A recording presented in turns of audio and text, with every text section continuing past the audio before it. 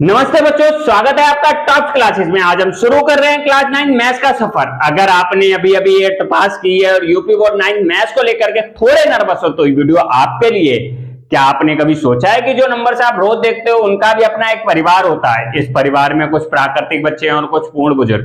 इसमें कुछ रिश्ते परमे हैं और कुछ गठबंधन वाले। आज टॉप क्लासेस की इस वीडियो में हम किसी किताब के सवाल नहीं सुलझाएंगे बल्कि नंबर सिस्टम के इस अनोखे परिवार से दोस्ती करेंगे। अगर आपने ये परिवार समझ लिया तो 9th क्लास का पहला चैप्टर आपके लिए खेल बन जाएगा। चलिए मिलते हैं नंबर सिस्टम के नए सदस्यों से। अब देखिए, अपन लोग समझेंगे संख्या। संख्या को समझने से पहले हमें समझना पड़ेगा कि अंक किसे कहते हैं। अंक, डिजिट, डिजिट, अंक। देखिए, अंकों को व्यक्त करने के लिए जिन संकेतों का प्रयोग किया जाता है उन्हें हम क्या कहते हैं? अंक कहते हैं।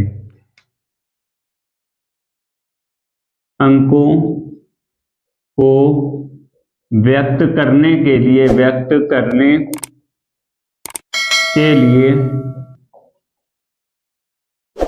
जिन संकेतों का प्रयोग किया जाता है, जिन संकेतों का प्रयोग किया जाता है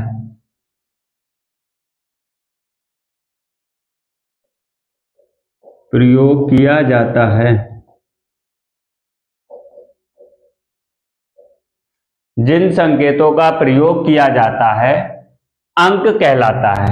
अंक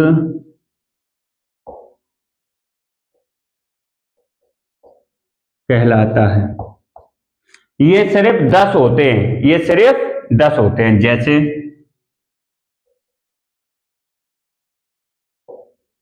0, 1, 2, 3,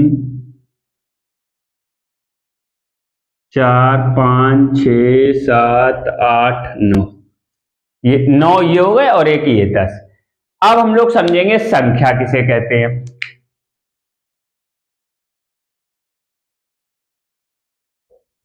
नंबर।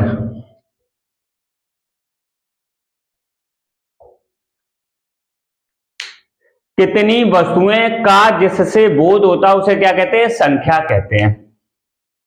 कितनी वस्तुएं हैं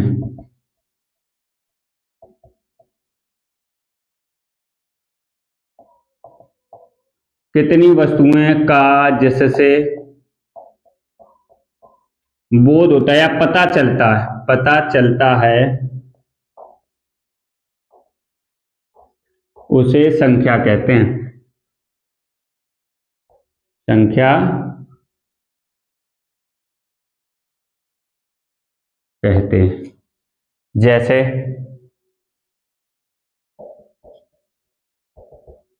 10, 25, 50, 1.5, -4, 1000 आदि। ऐसे बहुत सारे नंबर जो होंगे वो क्या बनाएंगे? संख्या बनाएंगे। ऐसे बहुत सारे नंबर क्या बनाएंगे? संख्या बनाएंगे। अब देखिए 10 और 25 ये हैं, ये हमें क्या बताते हैं कि हमारे पास कितनी चीजें हैं। बिना नंबर्स के ना ही हम दुकानदारी कर सकते हैं, ना ही हम क्रिकेट का स्कोर देख सकते हैं और ना ही क्लास में रोल नंबर मिल सकता है। और ये कभी जोड़े में नहीं आते। देखिए 10, 5 और ये जो 55 लिखा है, ये जो अकेला खड़ा है ये क्या है? अंक। और ये जो 55 है ये क्या है? संख्या। इसने गठबंधन कर लिया है। हर अंक एक संख्या हो सकती है परंतु प्रत्येक संख्या अंक नहीं हो सकती है। जैसे हर लड़का दूल्हा बन सकता है परंतु हर दूल्हा हमेशा सिंगल नहीं रह सकता है। ठीक है, ये संख्या की एक पहचान होती है। अंक हमेशा कैसा रहेगा? अकेला। संख्या हमेशा जोड़े में रहेगी, 2 या 2 अंक से अधिक आएंगे। अब इसको अंक और संख्या को हम लोग कर लीजिए, इसके आगे अपने लोग आगे करते हैं। पहले इसको कर लीजिए बढ़िया से। अब देखिए, देखते हैं शुरुआती परिवार, यानी कि आप समझ रहे होंगे मैं किसकी बात कर रहा हूं, यानी प्राकृतिक संख्या, नेचुरल नंबर की। नेचुरल नंबर को अपने लोग देखते हैं। संख्या और संख्या को अच्छे से समझ लिया, अंक और संख्या की डेफिनेशन अच्छे से समझ लिया। अब हम लोग करेंगे प्राकृतिक संख्या। प्राकृतिक संख्या नेचुरल नंबर।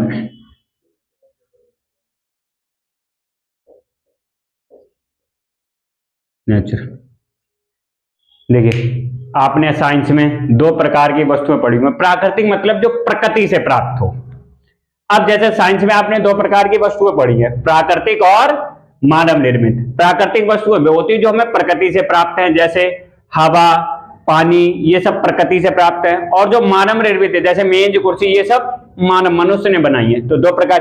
ठीक वैसे ही गणित में दो प्रकार की प्राकृतिक संख्या, यानी कि दो प्रकार की संख्या। एक तो पहले हम प्राकृतिक संख्या, कई प्रकार की गणित में संख्याएं होती है। हम प्राकृतिक संख्या की देखें, यानी कि जो संख्याएं में प्रकृति से प्राप्त है वे प्राकृतिक संख्या। हालांकि ये डेफिनेशन अपनी है।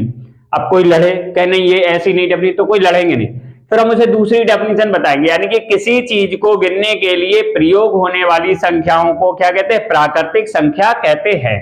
लिख करके एक बार देख लेते हैं बढ़िया से। किसी चीज को गिनने के लिए प्रयोग होने वाली संख्याओं को, प्रयोग होने वाली संख्याओं को प्राकृतिक संख्याएं कहते हैं।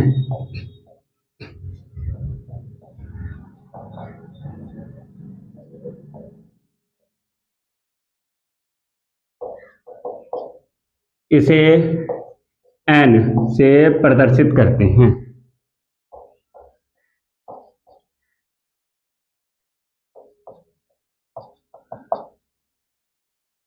n बराबर कितना हो जाएगा? आता है n बराबर 1 2 3 4 बहुत सारे नंबर होते हैं।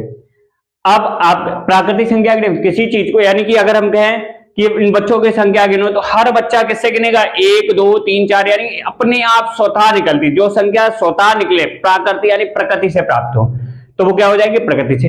अब कुछ लोगों का क्वेश्चन होता है, सर क्या, बच्चे तुरंत पूछते क्लास में, सर क्या जीरो प्राकृतिक नहीं है? तो हम कहते हैं जीरो प्राकृतिक नहीं है, क्योंकि जीरो प्रकृति से प्राप्त नहीं है। जीरो कहा किसने बनाया? आर्यभट्ट ने। जब किसी मनुष्य ने कोई चीज बनाई तो हम उसे कैसे प्राकृतिक कह सकते हैं? तो हमें यह भी पता चल गया कि जीरो प्राकृतिक नहीं है। अब प्राकृतिक संख्या के बारे में कुछ महत्वपूर्ण बातें जान लेते हैं।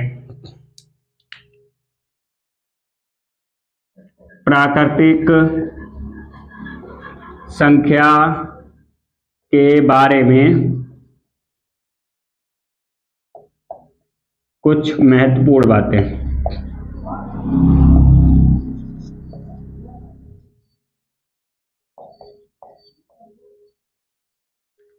पहला पॉइंट इसमें देखिए, एक जो है वो सबसे छोटी प्राकृतिक संख्या है, यानी सबसे छोटा। इसमें सबसे छोटा नेचुरल नंबर कौन सा है? आता है कभी कभी। सबसे छोटा नेचुरल नंबर कौन सा है? एक। एक सबसे छोटी प्राकृतिक संख्या है। एक सबसे छोटी प्राकृतिक संख्या है, क्या होती है? अच्छा, अब दूसरा क्वेश्चन आपसे पूछा जाएगा तुरंत, सबसे बड़ी प्राकृतिक संख्या कौन सी होती है? तो कोई भी प्राकृतिक संख्या सबसे बड़ी प्राकृतिक संख्या नहीं होती है, क्योंकि अगली संख्या उससे भी बड़ी प्राकृतिक संख्या प्राप्त होती है। आप हमें 1 लाख 1 बताओगे, आप लोग हमें 1 लाख बताओगे, हम कह देंगे 1 लाख 1। आप हमें 1 करोड़ बताओगे, हम कह देंगे 1 करोड़ 1। यानी कि कितना भी बड़े से बड़ा नंबर बताओ, हम उसमें 1 ऐड कर देंगे, अगला नंबर हमें मिल जाएगा। यानी इसलिए कोई भी प्राकृतिक संख्या सबसे बड़ी प्राकृतिक संख्या नहीं होती है। अच्छा, कुछ बच्चे बताते सर इन्फिनिटी होगी, तो आप हमें इन्फिनिटी बताओगे, हम इन्फिनिटी +1 कर देंगे, तब भी इन्फिनिटी आ जाएगा। इसलिए कोई भी प्राकृतिक संख्या सबसे बड़ी प्राकृतिक संख्या नहीं होती है। लिख लेते हैं। यानी दूसरा पॉइंट और नोट पॉइंट बढ़िया से नोट्स बनाइएगा बहुत ही अच्छे तरीके से। कोई भी प्राकृतिक संख्या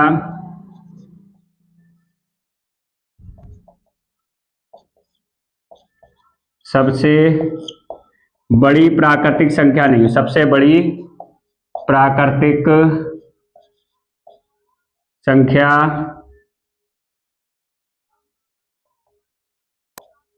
नहीं होती है, क्योंकि अगली संख्या उससे भी बड़ी प्राकृतिक संख्या प्राप्त होती है, क्योंकि अगली संख्या उससे भी बड़ी प्राकृतिक संख्या प्राप्त होती है, उससे भी बड़ी प्राकृतिक संख्या प्राप्त होती है। अब आप इसको प्राकृतिक संख्या की डेफिनेशन हम लोगों ने बहुत ही अच्छे से करी है, इसको कर लीजिए। फिर अगली डेफिनेशन देखते हैं, यानी कि अगली डेफिनेशन पूर्ण संख्या की। अब देखिए यहाँ पर जीरो नहीं आए, अब जीरो ने इनसे बात की भैया जीरो हम आ जाए यहाँ पर, तो इन लोगों ने कहा नहीं जीरो मेरे पास नहीं। अब जीरो को क्या करना पड़ेगा, अपना एक नया घर बनाना पड़ेगा, नया घर बनाने पड़ेगा तो उसका नया नाम रखना पड़ेगा, नया नाम रखेगा तो अब अगली डेफिनेशन यानी कि जब जीरो आ जाएगा तो परिवार पूरा हो जाएगा, इसीलिए अगला जो नंबर आएगा वो पूर्ण संख्या है, यानी पूरा परिवार वाला देखते हैं। तो पहले प्राकृतिक संख्या की डेफिनेशन कर लीजिए, फिर अपने लोग देखते हैं अगली डेफिनेशन यानी पूर्ण संख्या की। पहले इसको करिए, बहुत अच्छे से कॉपी पर नोट्स बनाइए बढ़िया से एकदम। अब देखिए देखते हैं अगला परिवार यानी पूर्ण संख्या। पूर्ण संख्या होल नंबर,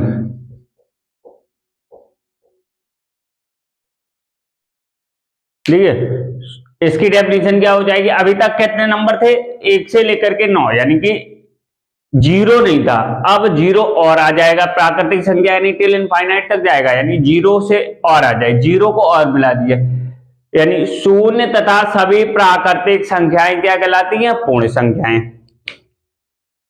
इसकी डेफिनेशन क्या हो जाए, शून्य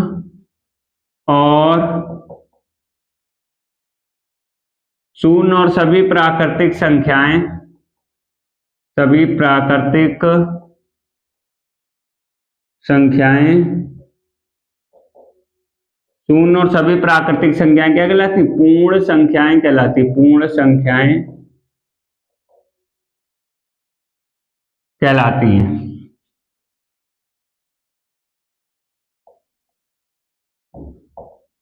इसे W से प्रदर्शित करते हैं, इसे W से प्रदर्शित करते हैं।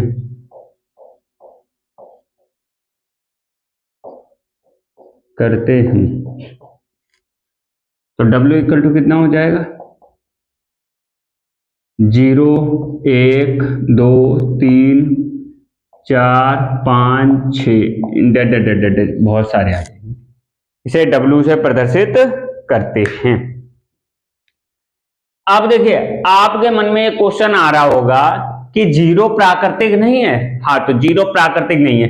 एक बार प्राकृतिक संख्या की डेफिनेशन और देख लेते हैं, क्योंकि प्राकृतिक संख्या की कई बार आती है। प्राकृतिक संख्या में आपको 3 डेफिनेशन बताई देते हैं। पहली डेफिनेशन जो हमने लिखाई है वो किसी चीज को गिनने के लिए प्रयोग होने वाली संख्या को क्या कहेंगे, प्राकृतिक संख्या। दूसरी डेफिनेशन जैसे अगर आप देखिए, हम यहाँ पर डिस्कस ये वाली लिखी है पूर्ण संख्या, लेकिन बता रहे इसलिए क्योंकि हमें वहां पर और अच्छे से बतानी चाहिए। जैसे प्राकृतिक संख्या की, और आपने साइंस में 2 प्रकार की वस्तुएं पढ़ी होंगी, पहली प्राकृतिक, दूसरी मानव निर्मित। सेम वैसे प्राकृतिक संख्या की डेफिनेशन ले लो, यानी जो संख्याएं हमें प्रकृति से प्राप्त है उसे हम प्राकृतिक संख्या कहेंगे, और जो मानव निर्मित है, तो जीरो कैसा है, मानव निर्मित है। जीरो किसी ने, जीरो बनाया, किसने बनाया, आर्यभट्ट ने, तो जीरो प्राकृतिक नहीं है, ठीक है। और जीरो प्राकृतिक नहीं है तो इसे पूर्ण करने के लिए एक परिवार बनाया गया। जीरो ने कहा कि हमें रख लो, जीरो ने जब जीरो इनके साथ मिल गया तो कंप्लीट एक परिवार हो गया। अब सोचो जीरो के बिना मोबाइल नंबर कैसे बनता, रोल नंबर 10 कैसे बनता, यानी जीरो के बिना कितना अधूरी अधूरी गिनती लगती है। जीरो मिल गया तो गिनती पूरी हो गई। तो जब जीरो पूर्ण हो गया, जब ये गिनती पूरी हुई तो इसी को एक नाम दे दिया पूरा परिवार, यानी पूर्ण संख्या, ठीक है, पूर्ण संख्या। अगला परिवार अपने लोग देखते हैं यानी पूर्णांक, इंटीजर। इंटीजर इंटीजर की परिभाषा क्या हो जाएगी, ऋणात्मक तथा सभी पूर्ण संख्याएं क्या कहलाती हैं, पूर्णांक कहलाती हैं। ऋणात्मक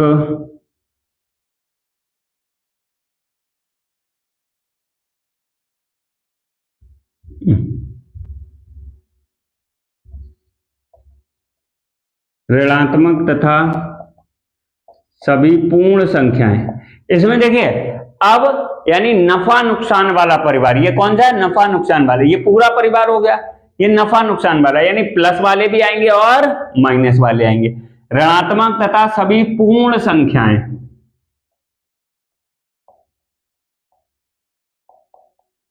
पूर्ण संख्याएं क्या कहलाती हैं, पूर्ण संख्याएं पूर्णांक कहलाती हैं।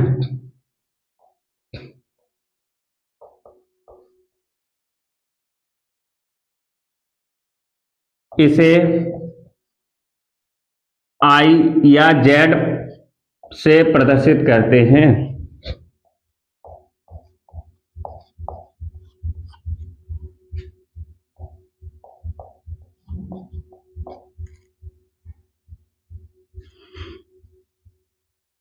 जेड इक्वल -3, -2, -1, 0, 1, 2, 3 इंटर, ये सारे कुछ आएंगे।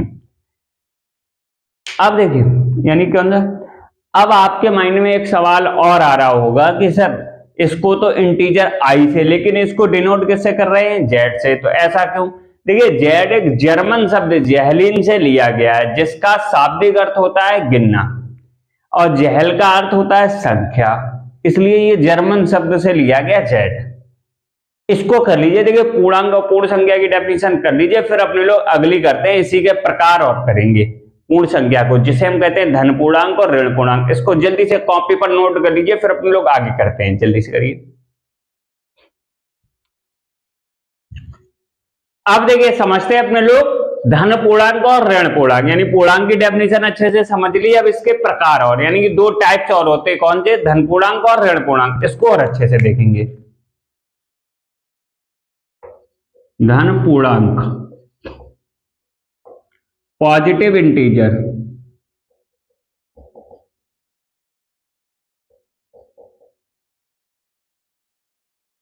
पॉजिटिव इंटीजर यानी ये कौन जो होंगे, सभी प्राकृतिक संख्याएं धन पूर्णांक कहलाती हैं।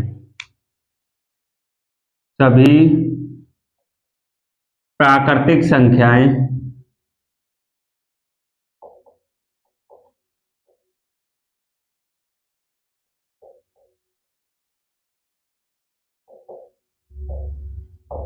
धन पूर्णांक कहलाती हैं।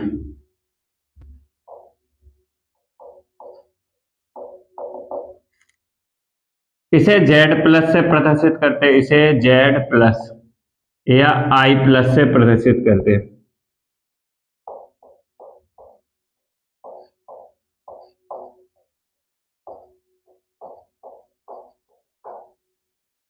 Z प्लस इक्वल टू लिख लो, कितनी हो जाएंगी, 1, 2, 3, 4, 5।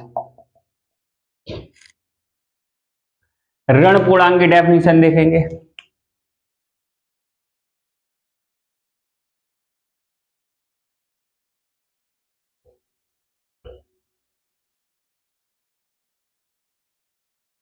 नेगेटिव इंटीजर,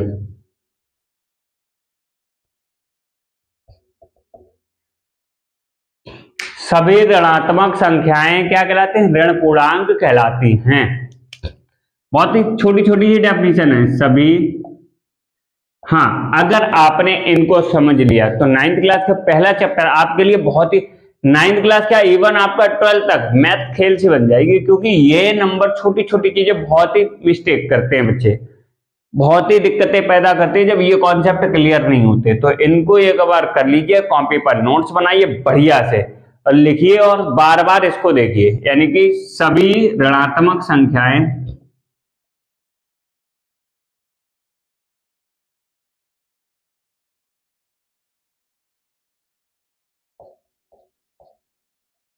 ऋणात्मक संख्याएं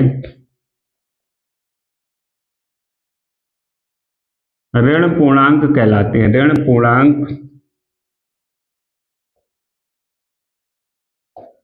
कहलाती हैं। इसे Z माइनस या ZI माइनस से प्रदर्शित करते हैं, से प्रदर्शित करते हैं।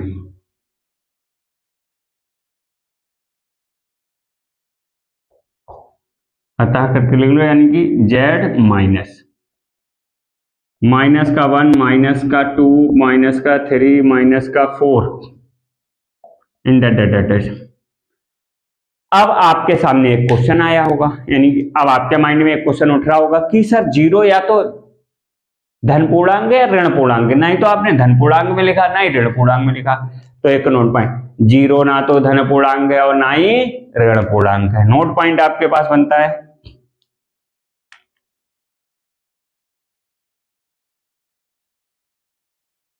शून्य,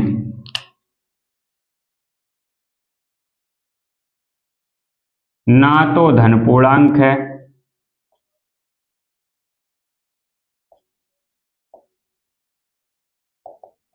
और ना ही ऋण पूर्णांक, और ना ही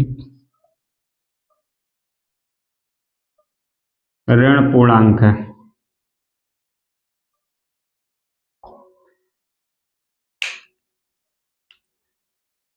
अब देखिए, ये सारे जो है नंबर लाइन पे प्रदर्शित किए जाते हैं।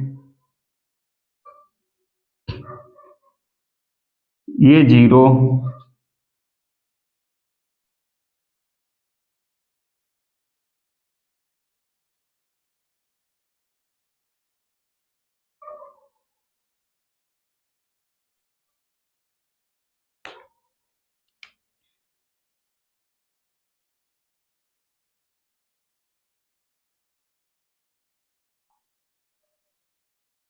ये देखिए जीरो के इधर वाले कैसे कहलाएंगे, धन पूर्णांक, और जीरो के लेफ्ट हैंड वाले कैसे कहलाएंगे, ऋण पूर्णांक। राइट हैंड वाले धन पूर्णांक यानी पॉजिटिव इंटीजर, लेफ्ट हैंड वाले ऋण पूर्णांक यानी निगेटिव इंटीजर। इसको कर लीजिएगा, बढ़िया से कर लीजिएगा, कॉपी पर उतार लीजिएगा, समझ लीजिएगा, और फिर इसके बाद अपने लोग क्वेश्चन करेंगे। हाँ, एक्सरसाइज बताइए कौन सी बुक की करें, एनसीईआरटी या बालाजी की, जल्दी से कमेंट में हमें बताइएगा। फिर उसके बाद उसी के हिसाब से जिसके ज्यादा कमेंट होंगे या एनसीईआरटी के होंगे तो एनसीईआरटी करेंगे, मनोहर के होंगे तो मनोहर के करेंगे, अगर नहीं होंगे तो एनसीईआरटी के करेंगे। इसको कर लीजिएगा बढ़िया से। अब एक परिभाषा और बची हुई, इसको और कर लेते हैं अपने लोग, फिर इसको करिए बढ़िया से। अब देखिए एक परिवार और देखते हैं, यानी हिस्सेदारी वाला परिवार। आप समझ गए होंगे मैं किसकी बात कर रहा हूं, यानी कि परिमेय संख्या है। इसकी डेफिनेशन बड़ी अच्छे से समझेंगे और बहुत ही इंपॉर्टेंट है। और ज्यादातर लोग, अगर हम आपसे डेफिनेशन पूछे तो कई लोगों की डेफिनेशन होती है जिस सिर्फ P अपॉन Q के रूप में लिखते हैं, उन्हें परिमेय संख्या कहते हैं, लेकिन ये पूरी डेफिनेशन नहीं है। अब हम पूरी डेफिनेशन अच्छे से आज इसमें समझेंगे, यानी परिमेय संख्या।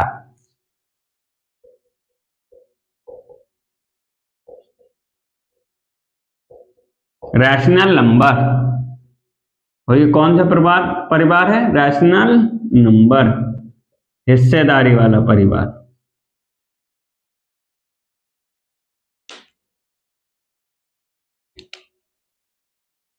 वे संख्याएं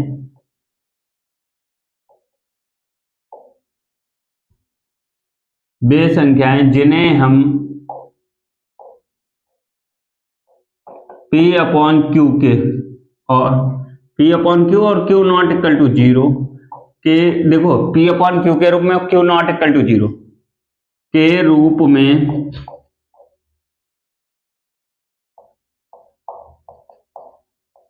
लिख सकते हैं, जहां P और Q क्या होने चाहिए, पूर्णांक। अभी अपने लोग पूर्णांक की डेफिनेशन अच्छे से देख चुके हैं, कौन कौन से नंबर पूर्णांक होते हैं, जहां P और Q पूर्णांक हों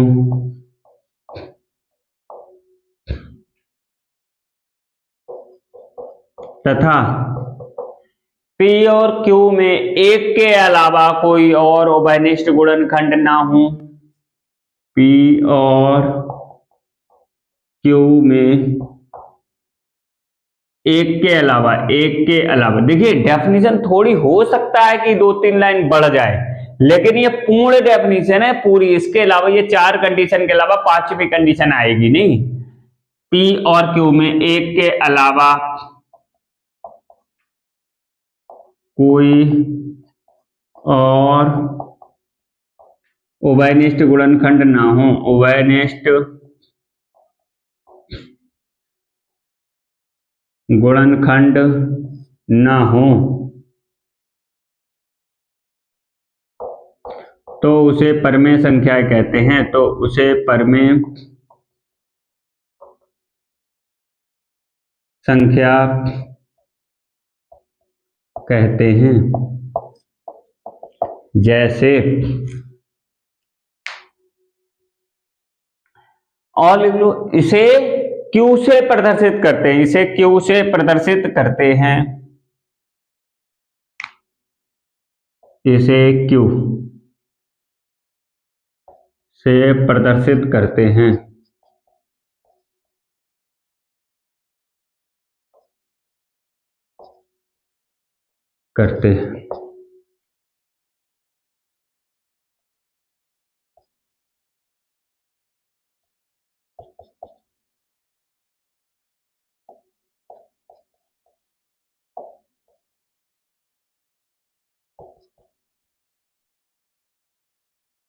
जैसे करके लिख लो,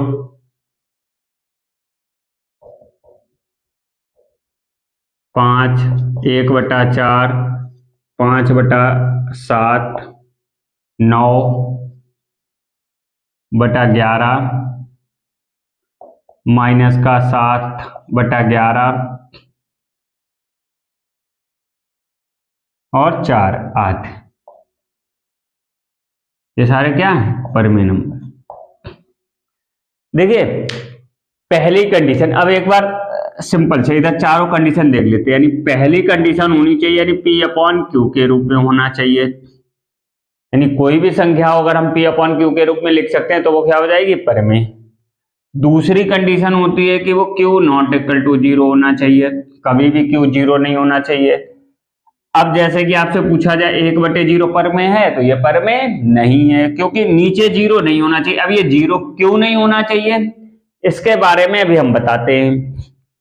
और तीसरी कंडीशन है P और Q कैसे होने चाहिए? इंटीजर यानी पूर्णांक। और चौथी कंडीशन है P और Q का उभयनिष्ठ गुणनखंड कितना होना चाहिए? 1। गुणनखंड 1 होना चाहिए। ये 4 कंडीशन। अब अपॉन में 0 क्यों नहीं होता? देखिए 0 की असलियत यानी 0 एक परमेय संख्या है, तो बिल्कुल 0 एक कैसा है? 0 एक परमेय संख्या है क्योंकि 0/1 लिख दो, 0/1 P/Q के रूप में Q नॉट इक्वल टू 0 है। और 0 और 1 दोनों ही पूर्णांक है और इनमें उभयनिष्ठ गुणनखंड कितना है? 1 ही है। अब देखिए 0 कैसी हो जाएगी? परमेय संख्या हो जाएगी। अब बात हम आपको एक नोट पॉइंट यानी कि एक पॉइंट और बता रहे हैं कि अपॉन में 0 क्यों नहीं होना चाहिए। जैसे करके देखो, जैसे आपने पढ़ा होगा किसी भी नंबर में अगर हम 0 से डिवाइड करेंगे तो आंसर 0। जैसे 0 का किसी भी नंबर से भाग करेंगे तो आंसर 0, तो 0/2 करेंगे तो 0, 0/5 करेंगे तो 0, 0/5 करेंगे तो आंसर 0। 0 का किसी भी नंबर से भाग करेंगे तो 0, लेकिन 0 का 0 से करेंगे तो आंसर इनफाइनाइट। ये 7 अनडिटरमिनेट फॉर्म होती है, इसका आंसर हमें पता नहीं है। चलो अब हम एक काम और करते हैं। जैसे मेरे पास 12 टॉफी हैं, 12 टॉफी हैं, 12 लोगों में बांट दी तो कितनी बची? 1-1 मिल जाएगी। 12 टॉफी हैं और 6 लोगों में बांट दी तो कितनी मिल जाएंगी? 2-2।